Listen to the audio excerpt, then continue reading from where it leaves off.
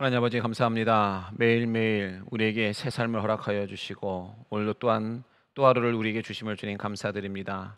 하나님 주신 이 시간들 속에 오늘도 감사하며 살아가게 하여 주시고 또한 말씀을 깨닫는 시간 되게 하여 주시오며 하나님의 뜻을 깨달아 주의 말씀에 순종하며 주님의 마음에 합한 자로 살아갈 수 있는 오늘 우리의 삶이 될 수 있도록 주여 인도하여 주시옵소서. 이 시간 하나님 먼저 하루를 시작하면서 주님 앞에 예비하며 나아갑니다. 말씀 나눌 때 말씀을 통하여 다시 한번 깨달음의 은혜를 허락하여 주시고 주님의 뜻을 알 수 있는 하늘의 지혜도 허락하여 주시옵소서. 이 시간 모든 것 주님 앞에 맡기오며 예수님의 이름으로 기도드리옵나이다. 아멘. 우리 함께 말씀 보겠습니다. 목회자가 들려주는 성경 이야기, 우리 주제의 성구인 디모데후서 3장 16절 17절 우리 두 구절을 함께 우리 봉독하도록 하겠습니다. 모든 성경은 하나님의 감동으로 된 것으로 교훈과 책망과 바르게 함과 의로 교육하기에 유익하니 이는 하나님의 사람으로 온전하게 하며 모든 선한 일을 행할 능력을 갖추게 하려 함이라. 아멘. 어제 우리는요 이스라엘이 남북으로 분열되는 그러한 과정을 살펴보았습니다. 이제 분열된 이스라엘의 왕위에 오른 여로보암이 왕권을 확립하기 위해서 취한 정책을 오늘 우리가 함께 이 새벽에 살펴보고자 합니다. 먼저 여로보암은요 대외적으로 세겜과 또한 분우엘을 그가 건축을 하게 됩니다. 이처럼 성을 건축한 것은요 그들이 외부의 침입에 의해 대비하기 위해였다라고 하는 것입니다. 그리고 다음으로 여로보암은요 대내적으로 이스라엘 사람들이 남쪽 유다 사람들과 철저하게 분리되도록 사악한 종교 정책을 그가 취하게 되지요. 즉 그는 금송아지 우상을 만들어서 베델과 단에 두고 이스라엘 사람들로 하여금 그것을 하나님으로 경배하게 하는가 하면 또 산당을 지어서 그곳에서 제사를 드리게 합니다. 열왕기상 12장 28절에서 33절까지의 말씀은 이렇게 기록하고 있습니다. 이에 계획하고 두 금송아지를 만들고 무리에게 말하기를 너희가 다시는 예루살렘에 올라갈 것이 없도다. 이스라엘아, 이는 너희를 애굽 땅에서 인도하여 올린 너희의 신들이라 하고 하나는 베델에 두고 하나는 단에 둔지라. 이 일이 죄가 되었으니 이는 백성들이 단까지 가서 그 하나에게 경배함이더라. 그가 또 산당들을 짓고 레위 자손 아닌 보통 백성으로 제사장을 삼고 여덟째 달 곧 그 달 15째 날로 절기를 정하여 유다의 절기와 비슷하게 하고 제단에 올라가되 베델에서 그와 같이 행하여 그가 만든 송아지에게 제사를 드렸으며 그가 지은 산당에 제사장을 베델에서 세웠더라. 그가 자기 마음대로 정한 달 곧 여덟째 달 15째 날로 이스라엘 자손을 위하여 절기로 정하고 베델에 쌓은 제단에 올라가서 분향하였더라. 이러한 여로보암의 종교 정책은 결국 이스라엘의 그 신앙을 변질시키게 되어졌고 또한 북왕국 이스라엘을 가증한 우상 숭배의 온상지로 결국 만들고 말았다라고 하는 것입니다. 열왕기상 18장 19절에는 이렇게 기록하고 있지요. 그런즉 사람을 보내 온 이스라엘과 이세벨의 상에서 먹는 바알의 선지자 450명과 아세라의 선지자 400명을 갈멜산으로 모아 내게로 나아오게 하소서. 우리는 이런 사실을 보면서요 우리는 지도자의 그 중요성을 새삼 생각하지 않을 수 없다라고 하는 것입니다. 즉 지도자는 그를 따르는 모든 사람에게 영향을 미치게 된다라고 하는 것이죠. 그런 점에서요 성도들은 국가적으로나 또한 종교적으로나 좋은 지도자를 만날 수 있도록 늘 기도해야 한다라고 하는 것입니다. 특별히 우리 조국 대한민국을 위해서 우리는 끊임없이 기도하셔야 합니다. 진정으로 여호와 하나님을 경외하는 그러한 지도자가 나올 수 있도록 우리는 끊임없이 기도해야 하는 것이에요. 이것이 바로 우리 성도들의 사명이라고 하는 것입니다. 우리 대한민국이 세워져서 그때 민족 운동을 일으켰던 사람들이 대부분의 사람들이요 신앙인들이었습니다. 기독교인들이었습니다. 하나님의 자녀들이었습니다. 그러한 사람들을 통해서 대한민국이 세워져 갔고 지금의 대한민국을 만들게 되어졌다라고 하는 것이죠. 이제 우리나라가 이러한 올바른 지도자, 주의 말씀 가운데에 바로 서는 그런 지도자가 나올 수 있도록 우리는 계속해서 기도해야 하는 것입니다. 이름만 크리스찬이 아닌 참다운 크리스찬으로서 민족 백성들에게 보내되어지고 정말로 존경받는 그런 지도자가 세워질 수 있도록 우리는 기도해야 하는 것입니다. 이념도 사상도 지역도 아닌 바로 여호와 하나님을 경외하는 사람, 하나님을 두려워하고 백성을 사랑으로 섬길 수 있는 그런 지도자를 위해서 우리는 날마다 기도해야 하는 것입니다. 오늘 이 여로보암의 정교 정책은요, 하나님의 말씀을 신뢰하지 못하는 그런 불신앙에서부터 그것이 비롯된 것입니다. 그가요 하나님의 약속, 즉 열왕기상 11장 37절에서 39절에 나와 있는 그 말씀을 보면 이렇게 기록하고 있죠. 내가 너를 취하리니 너는 내 마음이 원하는 대로 다스려 이스라엘 위에 왕이 되되 내가 만일 내가 명령한 모든 일에 순종하고 내 길로 행하며 내 눈에 합당한 일을 하며 내 종 다윗이 행한 같이 내 율례와 명령을 지키면 내가 너와 함께 있어 내가 다윗을 위하여 세운 것 같이 너를 위하여 견고한 집을 세우고 이스라엘을 내게 주리라. 아멘. 여로보암이요, 이 하나님의 이 말씀을 그가 정말로 신뢰했다고 한다면 이스라엘 사람들이 하나님을 예배하기 위해서요 예루살렘으로 가는 것을요 그가 두려워할 필요가 없었다라고 하는 것이죠. 그러나 그의 권력에 대한 그 욕심은 진리에 대한 분별력을 흐리게 했고 결국 하나님의 약속을 의심하고 신뢰하지 못한 나머지 사악한 종교 정책을 단행하기에 이르렀던 것입니다.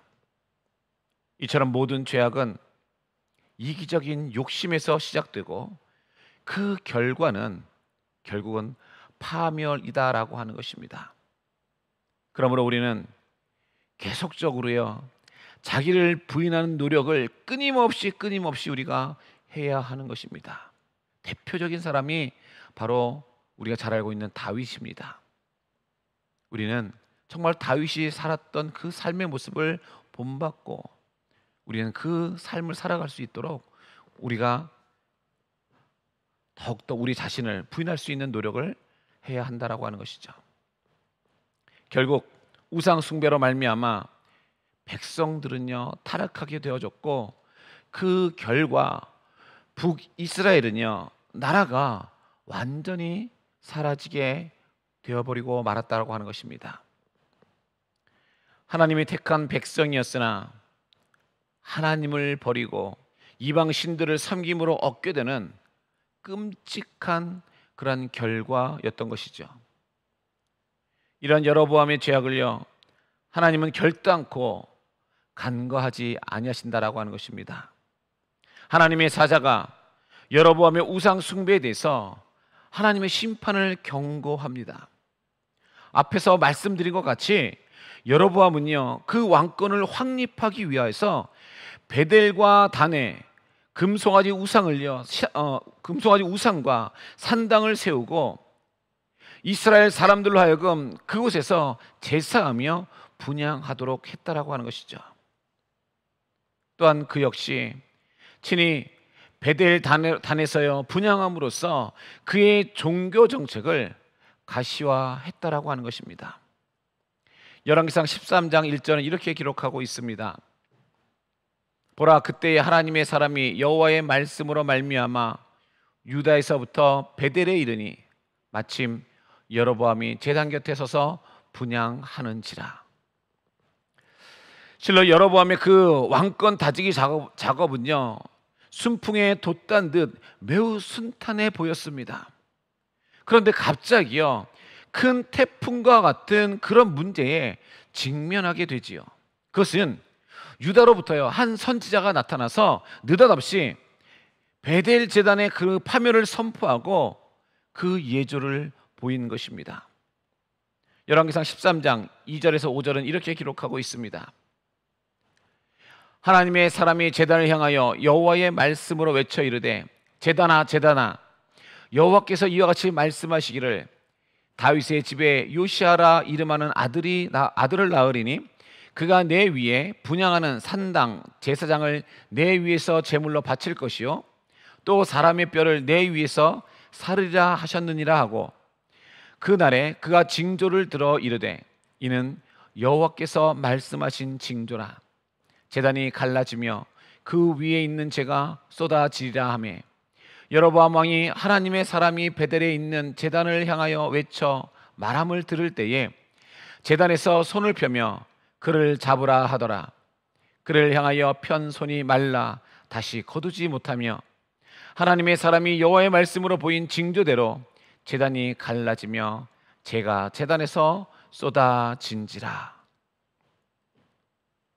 이것은 여로보암의 입장에서 볼 때요, 청천 하늘의 날벼락과 같은 일이 아닐 수 없다라고 하는 것이죠. 그래서 그는요, 급히 이 일을 수습하기 위한 조처를 그가 마련하지만 결국 죄악을 심판하시려는 하나님의 뜻을 그가 바꿀 수 없었다라는 것입니다. 결국 하나님의 사자의 예언은요, 300년 후 남유다 제16대 왕 요시아에 의해서 완전하게 성취되었습니다. 열왕기하 23장 15절에서 16절은 이렇게 말씀하고 있습니다. 또한 이스라엘에게 범죄하게 한 느밧의 아들 여로보암이 베델에 세운 제단과 산당을 왕이 헐고 또 그 산당을 불사르고 빻아서 가루를 만들며 또 아세라 목상을 불살랐더라.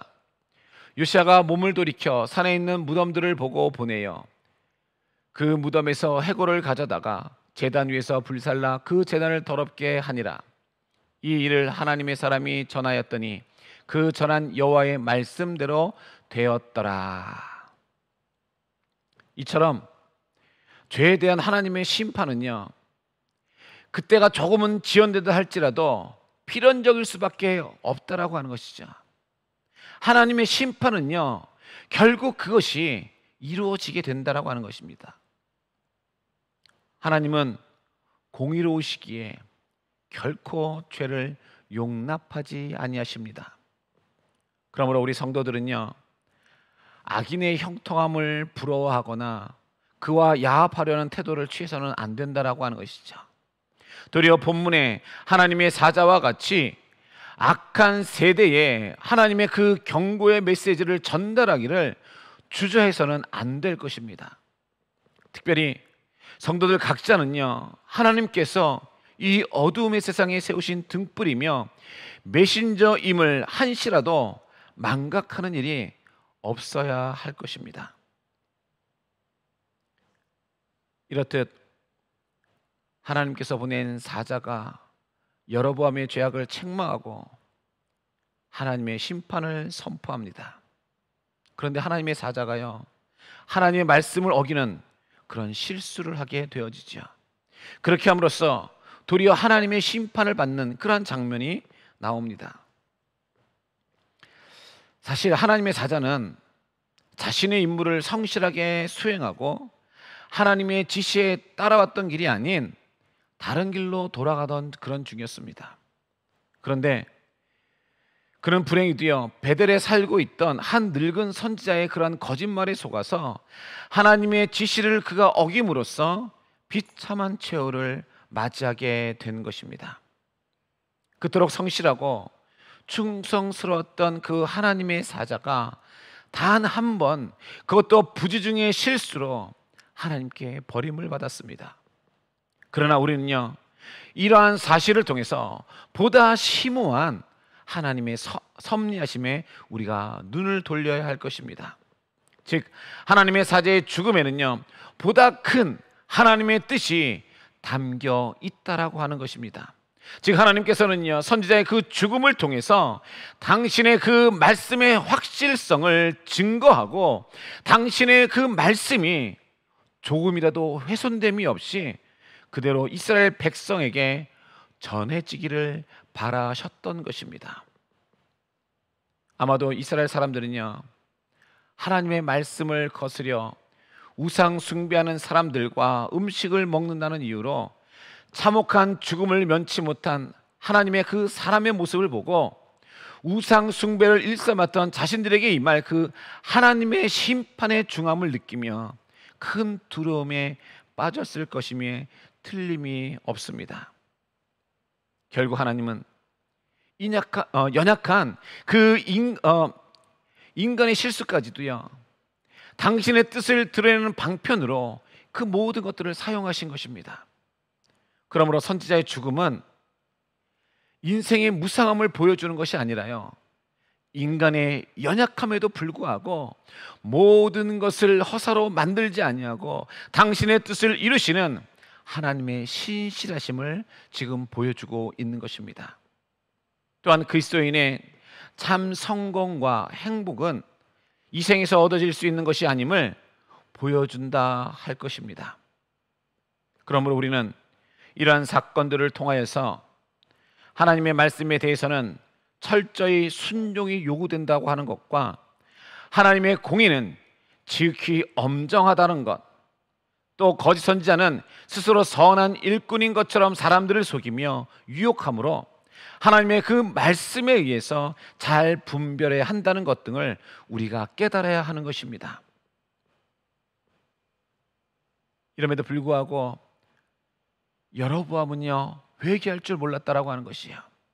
하나님의 사자의 그 엄중한 경고와 그러한 하나님의 말씀이 확실하게 이루어지리라는 그 사실을 하나님의 사자의 그 죽음을 통해서 하나님의 그 경고와 표적을 경험했음에도 불구하고요, 여로보암은 여전히 우상 숭배에서 그가 돌이키지 아니했다라고 하는 것입니다.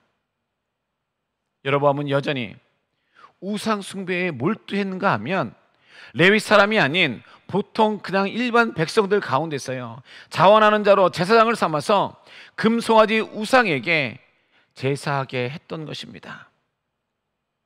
이처럼 여로보암이 하나님의 경고하심과 표적에도 불구하고 우상 숭배에 몰두한 것은 그의 권세에 대해 지나치게 집착하여 하나님의 말씀보다 왕권에, 세상의 그 권력에 더 관심을 기울인 그러한 까닭이었다라고 하는 것이죠.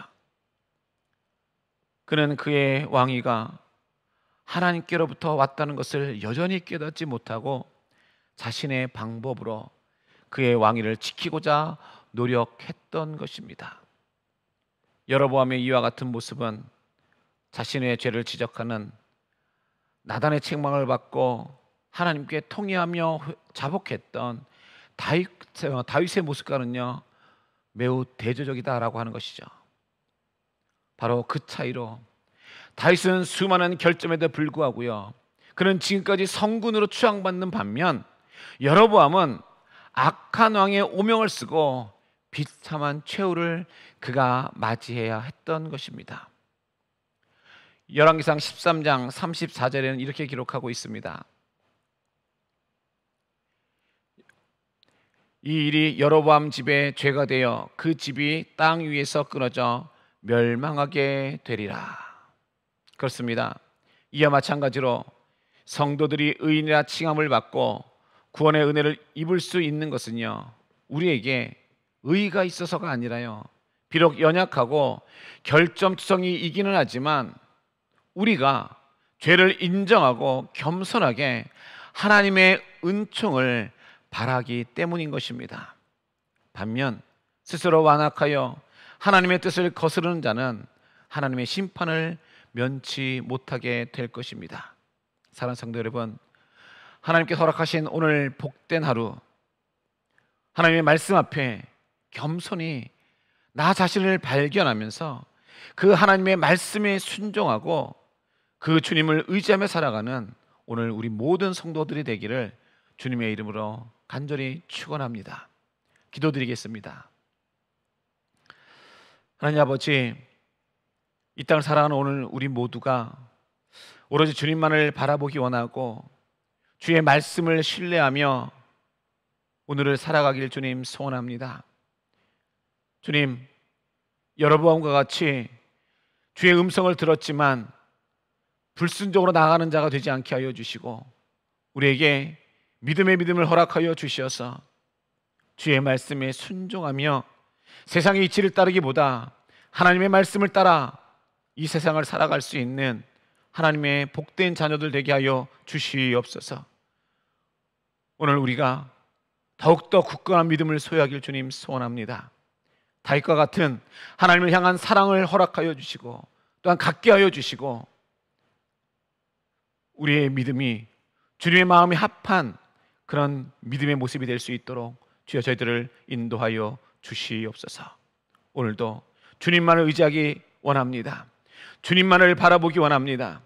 하나님의 그 말씀에 우리가 전적으로 순종하게 하여 주시옵소서.